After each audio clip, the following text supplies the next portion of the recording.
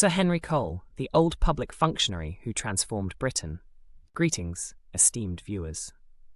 Today, we delve into the profound legacy of Sir Henry Cole, a visionary whose contributions fundamentally reshaped British society in the 19th century.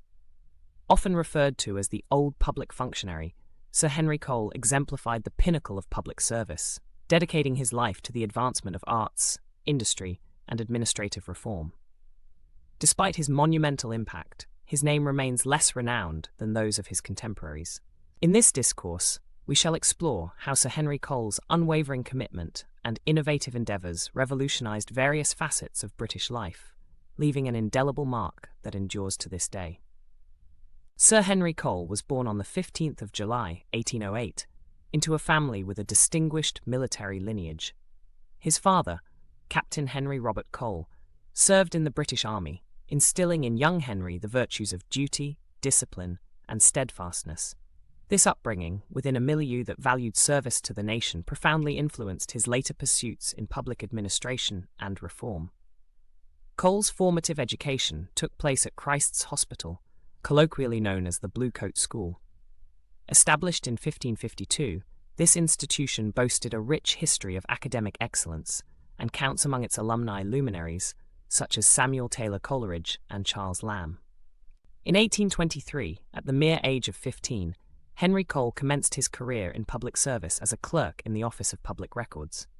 This early induction was not uncommon in the 19th century.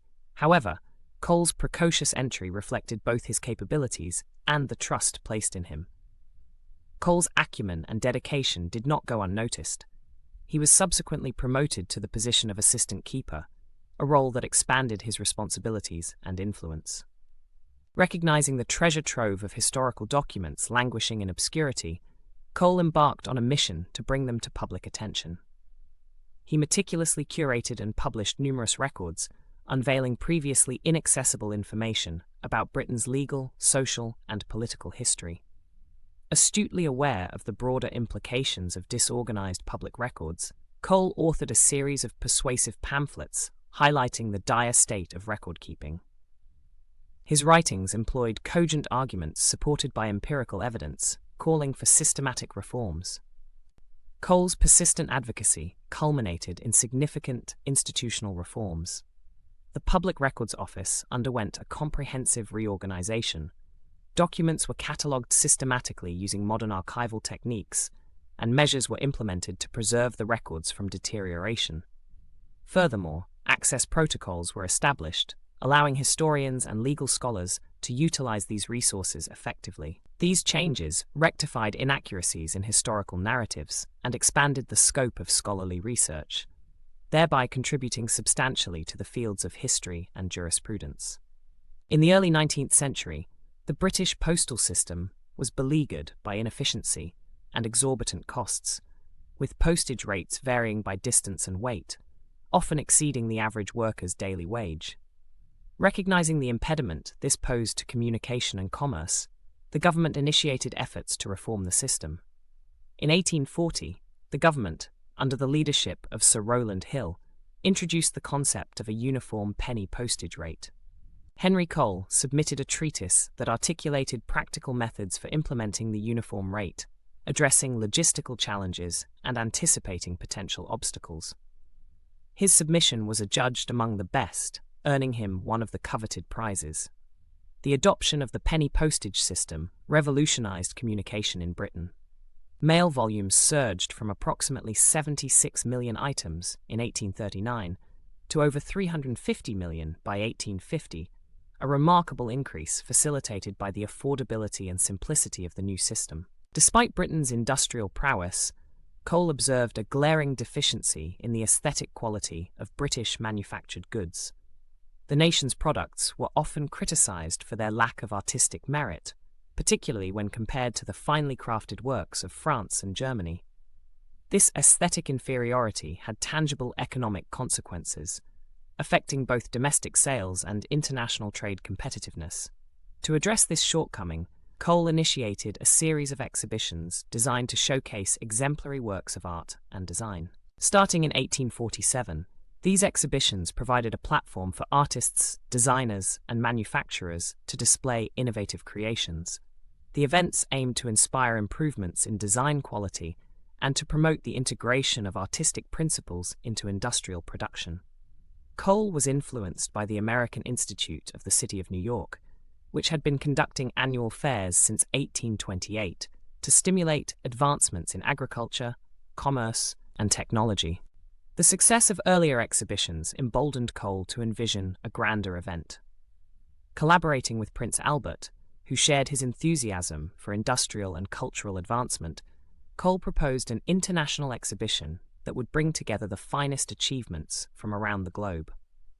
The Great Exhibition of the Works of Industry of All Nations, held in London's Hyde Park, was a colossal undertaking. The Crystal Palace, an architectural marvel of iron and glass spanning 990,000 square feet, was constructed to house the event. The exhibition, running from May to October 1851, was an unprecedented success, attracting over 6 million visitors. It showcased advancements in technology, manufacturing, and the arts. Notably, it laid bare the areas where British industry lagged, especially in design and craftsmanship. This introspection spurred a national movement to elevate standards, leading to reforms in education and industry that aligned Britain more closely with emerging global trends. Cole identified structural impediments within the patent system that hindered innovators. The high cost, complexity, and protracted processes associated with obtaining patents discouraged inventors, particularly those without substantial financial resources. Advocating for a more equitable system, Cole influenced legislative changes culminating in the Patent Law Amendment Act of 1852. The act reduced fees, standardized procedures across the United Kingdom, and established the Patent Office, providing a centralized administration for intellectual property rights.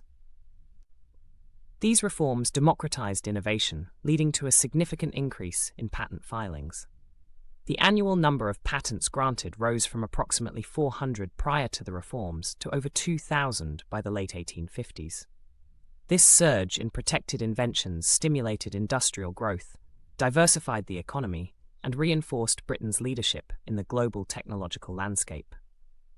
Following the Great Exhibition, Cole sought to perpetuate its educational legacy by establishing a permanent institution. With a parliamentary grant of £5,000, he acquired objects from the exhibition to form the nucleus of a museum. However, the initial presentations were housed in temporary and inadequate facilities, eliciting public skepticism and derision. Undaunted, Cole vigorously campaigned for additional funding and support. His efforts eventually secured sufficient resources to construct permanent premises in South Kensington. He meticulously curated the collections, emphasizing both educational value and aesthetic appeal. In 1857, the South Kensington Museum officially opened. It embodied a new paradigm of accessibility and public education, featuring diverse collections spanning fine arts, decorative arts, and scientific inventions. The museum's innovative approach included open displays, late-night openings, and educational programs, making it a model for future institutions worldwide. Under Cole's leadership, the museum became a nexus for education. He instituted the National Art Training School, now the Royal College of Art, and the Science Schools, which evolved into Imperial College London. These institutions offered specialized training, fostering a new generation of artists, designers, and engineers who would drive Britain's industrial and cultural expansion. The museum's influence permeated British industry. Manufacturers collaborated with the museum to refine their products, integrating artistic innovation with industrial efficiency. The resultant improvement in the design and quality of goods enhanced Britain's international reputation and stimulated economic growth through increased exports. Cole championed the democratization of culture. By instituting free admission days and affordable entry fees at other times, he ensured that the museum's resources were available to all societal strata. Public engagement was further enhanced through lectures, publications, and educational outreach programs, fostering a widespread appreciation for the arts and sciences. Even after the establishment of the museum, Cole remained actively involved in promoting cultural and industrial progress. He played pivotal roles in subsequent international exhibitions, and contributed to various committees and organizations dedicated to public welfare and education. Cole's ability to effect lasting change was facilitated by the stability of his public service career. Unlike political appointments subject to shifts in government, his civil service position allowed him to pursue long-term projects without the detriment of political interference or insecurity. In recognition of his extraordinary services, Cole was appointed Knight Commander of the Order of the Bath, KCB, upon his retirement in 1870. He continued to engage in philanthropic endeavors until his death on the 18th of April, 1882, at the age of 73. His knighthood and enduring legacy stand as testaments to a life dedicated to the public good. Sir Henry Cole's vision and tenacity yielded transformative results across multiple domains. His efforts in archival reform preserved the nation's history. His contributions to postal reform revolutionized communication. His advocacy for arts and design elevated Britain's cultural and industrial standing, and his establishment of educational institutions nurtured future innovators. The moniker, Old Public Functionary, once used with derision, becomes a badge of honor when associated with Cole. It epitomizes the profound impact that a dedicated civil servant can have on society. His life's work exemplifies how steadfast commitment to public service can engender enduring advancements. Sir Henry Cole's methodologies and principles continue to influence contemporary practices in museum curation, public administration, and design education. Institutions such as the Victoria and Albert Museum stand as living monuments to his vision, enriching cultural life and fostering continued innovation. A visit to the Victoria and Albert Museum offers not only a journey through art and history, but also an appreciation of the transformative power of dedicated public service. Let us also recognize and support those who, like Cole, devote their talents to the betterment of society. By embracing their legacy, we can contribute to a future that values excellence, innovation, and the common good.